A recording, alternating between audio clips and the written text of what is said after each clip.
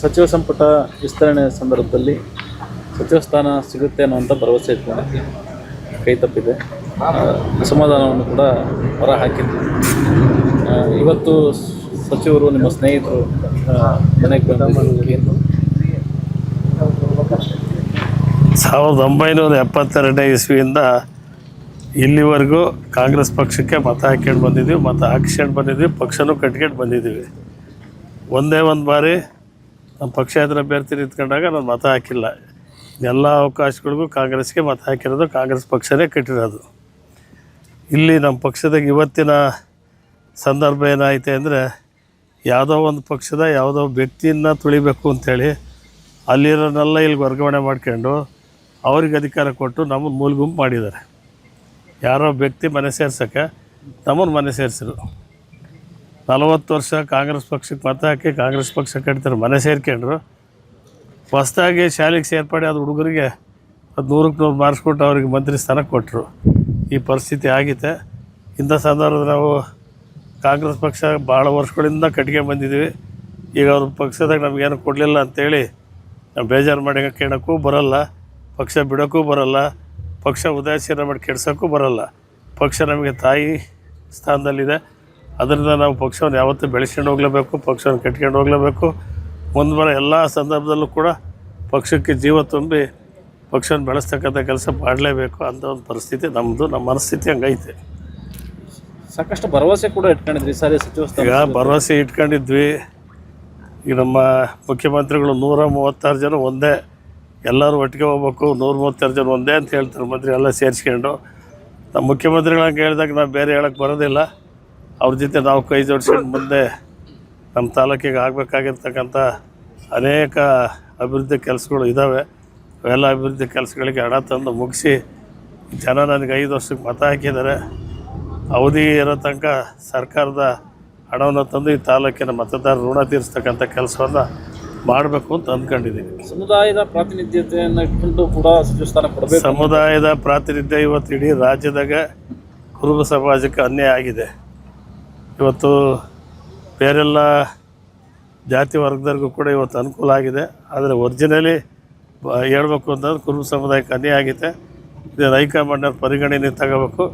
ತಗೊಂಡಿದ್ರ ಬಗ್ಗೆ ಎಲ್ಲಿ ಲೋಪ ಆಯ್ತು, ಯಾಕೆ ಲೋಪ ಆಯ್ತು ಅಂತೇಳಿ ಪರಿಶೀಲನೆ ಮಾಡಿ ಹೈಕಮಾಂಡ್ಗೆ ಇದ್ರ ಬಗ್ಗೆ ಮಾತಾಡಿ ಮುಂದೆ ಸರಿಪಡಿಸ್ಬೇಕಾದಂಥ ಅವಕಾಶಗಳನ್ನು ಮಾಡ್ಕೊಳ್ಳಿ ಅಂತೇಳಿ ನಾವು ಇವತ್ತು ನಮ್ಮ ಸಮಾಜದ ಪರವಾಗಿ, ನಮ್ಮ ತಾಲೂಕಿನ ಕಾಂಗ್ರೆಸ್ ಪಕ್ಷದ ಪರವಾಗಿ ಕೇಳ್ಕೊಳ್ತೀವಿ. ಇನ್ನೂ ಒಂದು ಸ್ಥಾನ ಖಾಲಿ ಇದೆ, ಆ ಸ್ಥಾನಕ್ಕೆ ಮನವರಿಕೆ ಮಾಡಿಕೊಡುವಂಥದ್ದಾಗಲಿ ಹೈಕಮಾಂಡ್ ನಿಮ್ಮ ಜೊತೆಗೆ. ಈಗ ಏನಾಗಿದೆ ಅಂದರೆ, ಈಗ ವಿರೋಧ ಪಕ್ಷದವರು, ಆಡಳಿತ ಪಕ್ಷದವರು ಎಲ್ಲರೂ ಕೂಡ ಮಹಿಳೆಯರಿಗೊಂದು ಸ್ಥಾನ ಕೊಡಬೇಕು ಅಂತ ಮುಂಚೆಯಿಂದ ಇತ್ತು.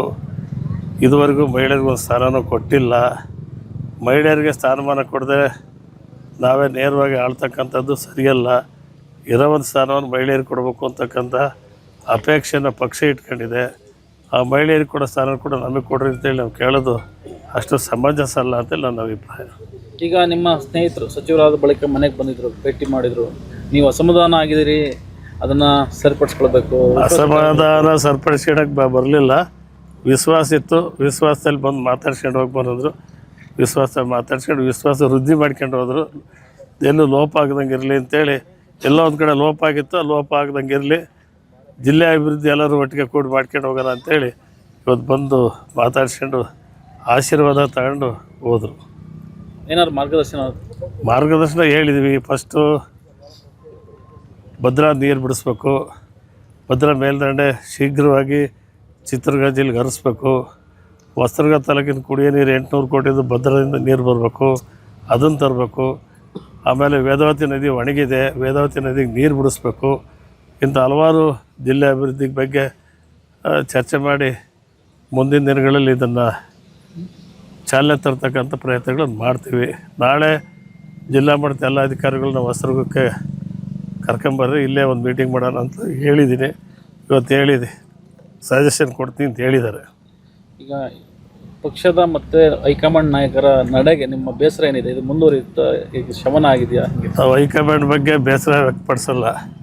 ಹೈಕಮಾಂಡ್ ಬಗ್ಗೆ ಬೇಸರ ವ್ಯಕ್ತಪಡಿಸಿದ್ರೆ ಅದೇನೋ ಒಂದು ಹಳ್ಳಿ ಗಾದೆ ಹೇಳ್ತಾರೆ, ಅದನ್ನ ಹೇಳೋಕ್ಕೆ ಬರೋಲ್ಲ. ಆ ಥರ ಆಗುತ್ತೆ. ಅದರಿಂದ ಪಕ್ಷದ ಮೇಲೆ ಬೇಸರ ಹೈಕಮಾಂಡ್ ಮೇಲೂ ಮಾಡ್ಕೊಳಲ್ಲ, ಪಕ್ಷದ ಮುಖಂಡರ ಮೇಲೂ ಮಾಡ್ಕೊಳಲ್ಲ. ಈಗೆಲ್ಲ ಇಂಥವು ಕಳೆದ 30 ವರ್ಷದಿಂದ ಇಂಥ ಏಳು ಬೀಳುಗಳನ್ನು ಸಾಕಷ್ಟು ಅನುಭವಿಸ್ಕೊಂಡು ಬಂದಿದ್ದೀವಿ. ಮೊದಲನೇ ಬಾರಿ 99ರಾಗೆ ಕಾಂಗ್ರೆಸ್ ಪಕ್ಷದಿಂದ ಅರ್ಜಿ ಹಾಕಿದ್ದೆ. ಆವತ್ತೇ ನನಗೆ ಟಿಕೆಟ್ ಕೊಡಲಿಲ್ಲ. ಅವತ್ತೂ ಲೋಪ ಆಗಿತ್ತು. ಲೋಪ ಅದನ್ನು ನಮ್ಮ ತಾಲೂಕಿನ ಮಹಾಜನರು ಪಕ್ಷೇತರ ಬೇರೆ ನಿಲ್ಲಿಸಿ ಮತ ಕೊಟ್ಟು ಗೆಲ್ಲಿಸಿ ವಿಧಾನಸಭೆಗೆ ಕಳಿಸ್ಕೊಟ್ರು. ಪಕ್ಷದ ಟಿಕೆಟ್ ತಗೊಂಬಂದ್ರೆ ಹೀನಾಯಿ ಸೋಲನ್ ಸೋತರು. ಜನದ ಜೊತೆಗಿದ್ದರೆ ಜನ ನಾಯಕರು ಮಾಡ್ತಾರೆ, ಜನ ಬಿಟ್ಟರೆ ಜನ ಮನೆಗೆ ಕಳಿಸ್ತಾರೆ.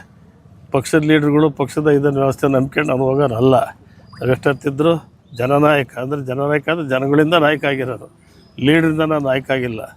ಲೀಡ್ರು ಕೂಡ ನಾಯಕತ್ವನೂ ಬೇಡ, ಜನ ಕೂಡ ನಾಯಕತ್ವ ಬೇಕು. ಜನ ಕೂಡ ನಾಯಕತ್ವ ಜೊತೆಗಿದ್ದೀನಿ, ಜನರ ಜೊತೆಗಿರ್ತೀನಿ. ಹಿಂದೆ ಕೂಡ ಹೇಳಿದ್ರೆ ರಘುಮೂರ್ತಿ ಸಚಿವರಾದರೆ ನಮಗೆ ತುಂಬ ಖುಷಿ ಆಗುತ್ತೆ, ನಾನು ಸಚಿವರಾದ್ರೆ ಈಗಲೂ ಖುಷಿಯಾಗಿದ್ದೀನಿ. ಅವರು ನಮ್ಮ ಸಜೆಷನ್ ತಗೊಂಡು ಜಿಲ್ಲೆ ಡೆವಲಪ್ಮೆಂಟ್ಗೆ ಹೆಚ್ಚು ಶ್ರಮ ಹಾಕಿ ಜಿಲ್ಲೆ ಅಭಿವೃದ್ಧಿ ಬಗ್ಗೆನೇ ಶ್ರಮಿಸಿದರೆ ಅವ್ರನ್ನ ಯುವಕರಿದ್ದಾರೆ, ಮುಂದಿನ ಒಳ್ಳೆ ಹೆಸರು ತಗೊಳ್ಳೋಕ್ಕೆ ಒಳ್ಳೆ ಗೌರವ ತಗೊಳ್ಳೋಕ್ಕೆ ಅನುಕೂಲ ಆಗುತ್ತೆ. ನಮ್ಮ ಮಾತನ್ನು ಪಾಲಿಸ್ತಾರೆ ಅಂತ ನಾನು ಅಂದ್ಕೊಳ್ತೀನಿ. ಅವ್ರು ಸಚಿವರಾದರೆ ಅವರು ಉಸ್ತುವಾರಿ ನೋಡ್ಕೊಳ್ತೀನಿ ಕೂಡ. ಹೌದು ಹೇಳಿದ್ದೀನಿ. ಅವ್ರು ಸಚಿವರಾಗಿದ್ದರೆ ಜಿಲ್ಲಾ ಉಸ್ತುವಾರಿ ನಂದೇ ಅಂತ ಹೇಳಿದ್ದೆ. ಇವತ್ತು ಅದೇ ಮಾತು ಹೇಳ್ತೀನಿ, ಅವ್ರ ಹತ್ರನೂ ಹೇಳಿಸ್ತೀನಿ.